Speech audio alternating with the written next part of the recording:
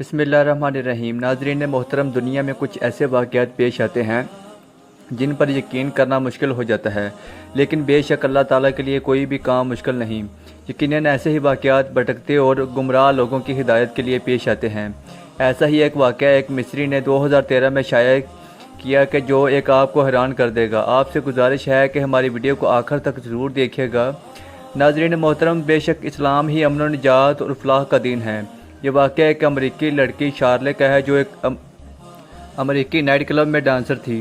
منشیات کے بہت زیادہ استعمال کی وجہ سے اس کا دماغ مفلوج ہو چکا تھا۔ جب وہ کلب کے کسی بھی کام کی نہ رہی تو اس کو ایک پرائیویٹ فلاحی ادارے کے سپرد کر دیا گیا۔ نائٹ کلب میں شارلے کا اتنا زیادہ جنسی استحصال کیا گیا کہ وہ عقل و شعور سے بیگانہ ہو چکی تھی۔ وہ ایک ایسے دماغی مرض کا شکار ہو چکی تھی کہ جس میں انسان کچھ دیر کے لیے ہوش میں آتا ہے اور پھر دوبارہ نیم بے ہوشی کی حالت میں چلا جاتا ہے۔ فلاحی ادارے نے اس کا بہترین علاج کروایا لیکن اس کی حالت سنبھل نہیں پا رہی تھی۔ اس ادارے میں ایک ایرانی نژاد امریکی ڈاکٹر سلیم رضا کی ڈیوٹی تھی۔ جب اس نے شارلے کی یہ حالت دیکھی تو اس نے شارلے سے پوچھا کہ وہ آخر اس حال تک کیسے پہنچی۔ شارلے کی انتہائی خوبصورت اور جوان لڑکی تھی۔ کیونکہ وہ کچھ بہتر حالات میں تھی تو اس نے رو کر اپنے رودات سناتے ہوئے کہا کہ میرے والد ایک فارسٹ آفیسر تھے۔ ایک دن گھر میں یہ پروگرام بنایا گیا کہ ویکیشنز پر نیو یارک جایا جائے۔ ٹکٹ بکنگ اور نیو یارک میں ہوٹلز کی بکنگ بھی کروا لی گئی تھی، لیکن ایک دن پہلے ان کے والد نے پروگرام کینسل کر دیا۔ پوچھنے پر وجہ بتائی کہ جہاں وہ جاب کرتے ہیں وہاں ان کے آفس کے پاس ایک ہی مکان میں ایک ضعیف خاتون رہتی ہے۔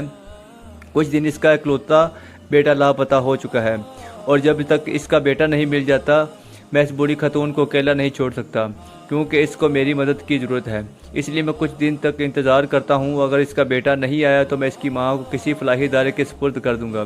یہ سن کر میری ماں نے غصہ کیا اور میرے والد کو ایک سائیکو قرار دیا اور کہا کہ وہ کسی بھی صورت ویکیشنز کا پلان ختم نہیں کرے گی۔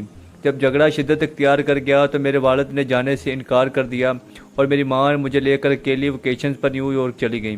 جب ہم ویکیشن منا کر واپس آئے تو جھگڑے مزید بڑھنے لگ گئے، یہاں تک کہ میری ماں اپنے بوائے فرینڈ کے ساتھ ہمیشہ کے لیے چلی گئی اور مجھے بھی ساتھ لے گئی۔ جب میری ماں نیو جرسی اپنے نئے بوائے فرینڈ کے ساتھ شفٹ ہوئی تو وہاں میری ماں کے بوائے فرینڈ نے میرا جنسی استحصال کرنا شروع کر دیا۔ یہ بات میں نے اپنی ماں کو بتائی تو دونوں میں جھگڑا ہوا، جس پر ان کے بوائے فرینڈ نے ہمیں اپنے گھر سے نکال دیا۔